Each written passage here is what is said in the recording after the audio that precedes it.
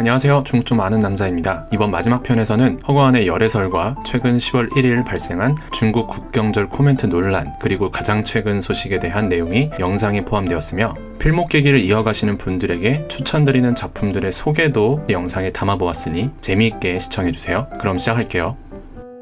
기존의 식극장 두 작품을 통해 이름을 알린 허거한은 2016년부터 2017년까지 초식립정 아이니, 아정남해 등 배우 인생에서 가장 왕성한 작품 활동과 각종 활동을 시작하게 됩니다. 이때 그는 식극장 시리즈의 번외편 영상 출연만 10번을 했고, 특히 캐논, 야마하, 라네즈, 오랄비 등 확인된 광고 촬영건만 무려 14건, 그리고 이런 왕성한 활동 속에서도 허거한은 사실 예쁜 만남을 이어가고 있었는데요. 허거한이 드라마 상견니로 대만은 물론 한국, 중국까지 유명세의 정점을 찍고 있던 2020년 2월, 그의 달라진 유명세만큼이나 언론의 관심은 집중되었고, 중화권 스타 반열에 오르기 위한 일종의 한 가지 관문이 있었으니 그건 바로 열애설이었죠. 그가 딱 정점에 올랐던 2020년 2월, 사실 허거한은 전 여자친구였던 모델 지엔지에와 2017년까지 만남을 이어왔다는 과거 연애사가 밝혀지게 됩니다. 기사에 따르면 그는 꽤 오랜 기간 그녀와 만남을 지속했고, 2017년에 성격, 생각 등의 차이로 결국 각자의 길을 걷게 되었다고 해요. 여기까지는 아주 무난한 러브스토리였겠지만 문제는 그 이후에 벌어지게 됩니다. 바로 지엔지의 팬과 허거한 팬 간의 댓글 논쟁이 이후에 논란이 되었죠. 전 여친 지엔지에는 자신의 인스타그램에 이미 헤어진 사이였던 허거한과의 사진이 그대로 남아 있었고, 그로 인해 다소 불편함을 느꼈던 일부 허거한 팬들은 그녀에게 댓글로 불만을 표시했죠. 그러나 그 정도가 지나치자 그녀의 팬들 역시 그런 허거한 팬들을 향해 제3자로서 관여할 일이 아니다, 보기 불편하다면서 굳이 찾아 들어오는 것도 이상하지 않은가? 라고 맞섰고, 결국 여러 매체에서 기사로 다룰 만큼 논란이 불거지게 되었죠.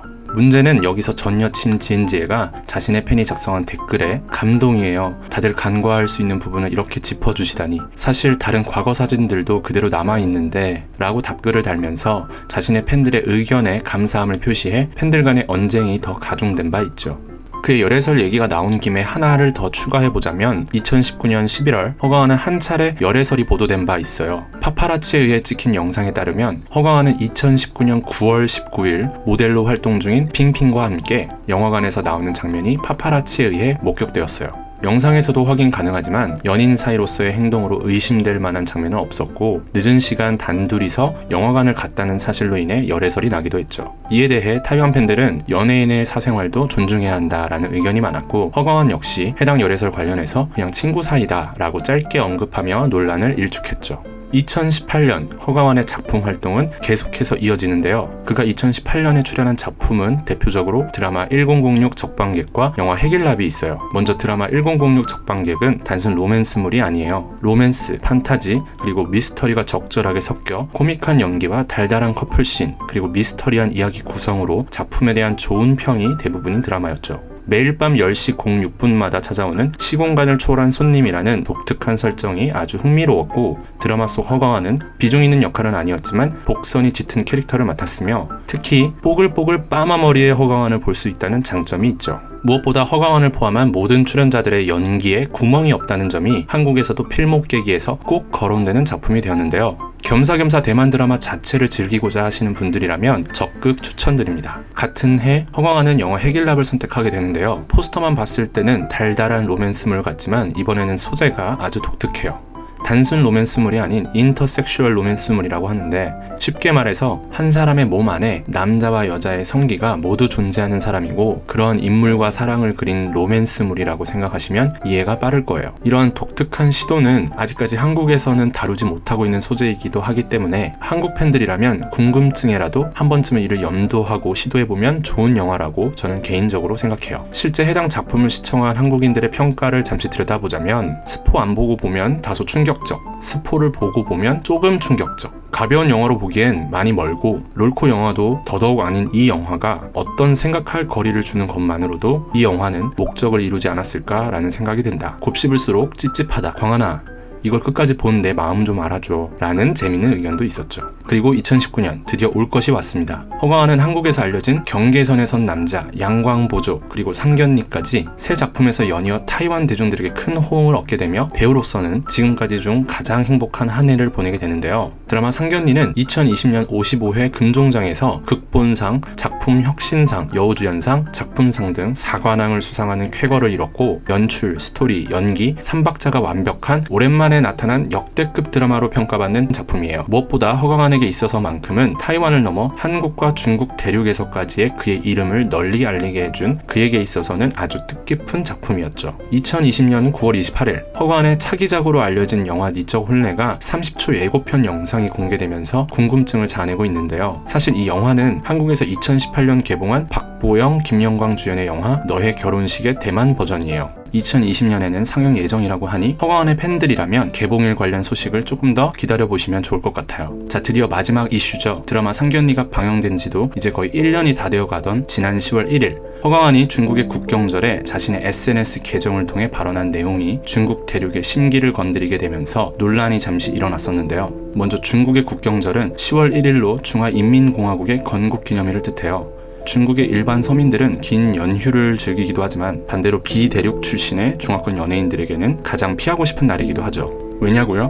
언젠가부터 중국의 국경절이 본래의 건국일 축하라는 의미가 아니라 비대륙 출신 중화권 연예인들을 검열해내는 날로 변질되어 버렸기 때문이죠. 중국 국경절 당일 중국의 건국기념일을 축하하느냐 안 하느냐에 따라 극단적으로 너는 대만 독립 지지자네, 잘 가라, 멀리 안 간다, 너는 조국의 생일을 축하할 줄 아는구나, 넌 합격, 다시 말해서 중국 공산당이 줄곧 제창하던 하나의 중국을 반대하는지 지지하는지 이를 판단하는 이상한 기준이 되어버렸죠. 그렇다면 당일 어떤 일이 벌어졌을까요? 중국 웨이보에서는 타이완, 홍콩 등 허광한을 포함한 많은 비대륙 출신 연예인들의 명단이 공개되면서 누리꾼들은 검열을 시작했고 2019년도와 비교하면서 누구는 축하를 했네, 또 누구는 축하를 하지 않았지만 공식적인 축하 문구를 공유했네, 또 누구는 아예 언급이 없네 등등 아주 세세하게 검열을 진행했어요. 그리고 허광한 역시 피해갈 수 없었죠. 허광한은 드라마 상견니의 유명세에 힘입어 중국 대륙에 이제 막 물꼬를 트고 있던 시기였기 때문에 당연히 검열 명단에 오르게 되었죠.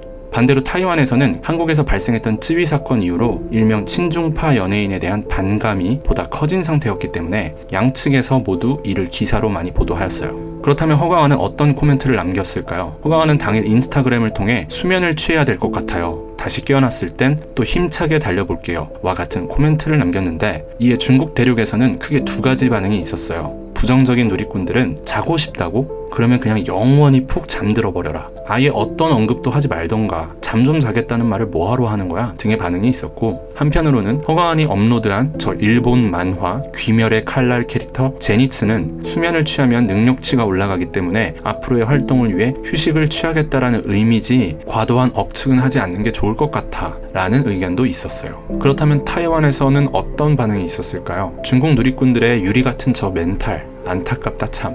아니 이제는 좀 쉬겠다는 것조차 금지당해야 되나?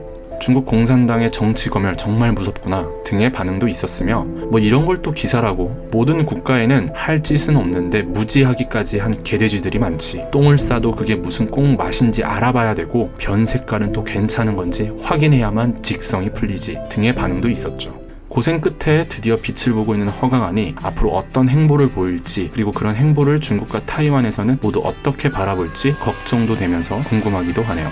지금까지 허광한은 팬들조차 가끔 충격을 먹을 만큼 다양한 소재와 스토리의 작품에 출연했고 독특한 캐릭터를 소화해왔어요. 넓은 연기 스펙트럼이라는 장점뿐만 아니라 개인적으로 배우로서 그런 도전적인 선택과 결단을 하는 것 역시 높이 살 수 있는 부분이라고 생각이 들어요. 조금은 오래 걸렸지만 그래도 드디어 빛을 보게 된 허광한, 그가 지금에 만족하지 않고 앞으로도 계속 다양한 모습을 보여줄 것이라는 기대감이 드는 배우이기 때문에 드라마 상견니 이후에도 그의 작품들을 눈여겨볼 것 같아요. 이상으로 저는 3편에 걸친 허광한 리뷰 영상을 마무리하도록 할게요. 그동안 허광한 배우를 리뷰하면서 많은 분들이 댓글로 피드백을 주셨는데 너무 감사드리고, 앞으로도 더 좋은 영상으로 다양한 인물에 대해 리뷰하면서 여러분들에게 인사드릴 수 있도록 할게요. 여러분들이 궁금해하는 이야기를 들려드립니다. 이상 중국 좀 아는 남자였습니다. 시청해주셔서 감사합니다.